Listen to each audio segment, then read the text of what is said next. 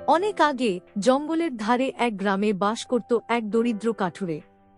তার ঘরে খাবারও জুটত না ঠিকমতো। একদিন কাঠ কাটতে কাটতে সে ক্লান্ত হয়ে বসল এক পুরনো পেয়ারা গাছের নিচে। হঠাৎ গাছটা ফিসফিস করে বলল, হে কাঠুরে, আমি কোনো সাধারণ পেয়ারা গাছ নই। আমার ভেতরে লুকানো আছে এক আশ্চর্য গোপন রহস্য। কাঠুরে অবাক হয়ে জিজ্ঞেস করল, কি রহস্য? গাছটা বলল, আমার ডালে কখনো কখনো জন্মায় সোনার কাঁঠালও, কিন্তু তা কোনো ধনলোভীর হাতে ধরা দেবে না।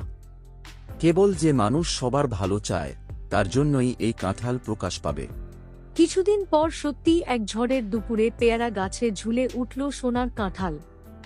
কাঠুরে প্রথমে ভয় পেল, তারপর সোনার আলোতে তার ছোট কুঁড়ে ঘর ভরে উঠল। কিন্তু সে নিজের জন্য কাঁঠাল তুলল না।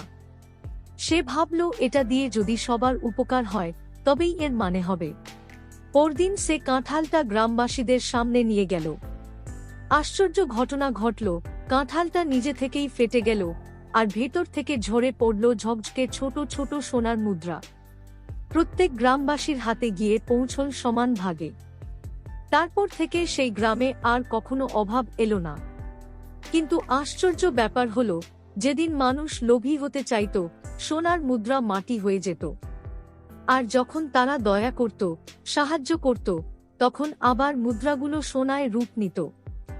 শিক্ষা: লোভ করলে আশীর্বাদ ধুলোয় মিশে যায়, কিন্তু দয়া করলে আশীর্বাদ সোনা হয়ে ফিরে আসে।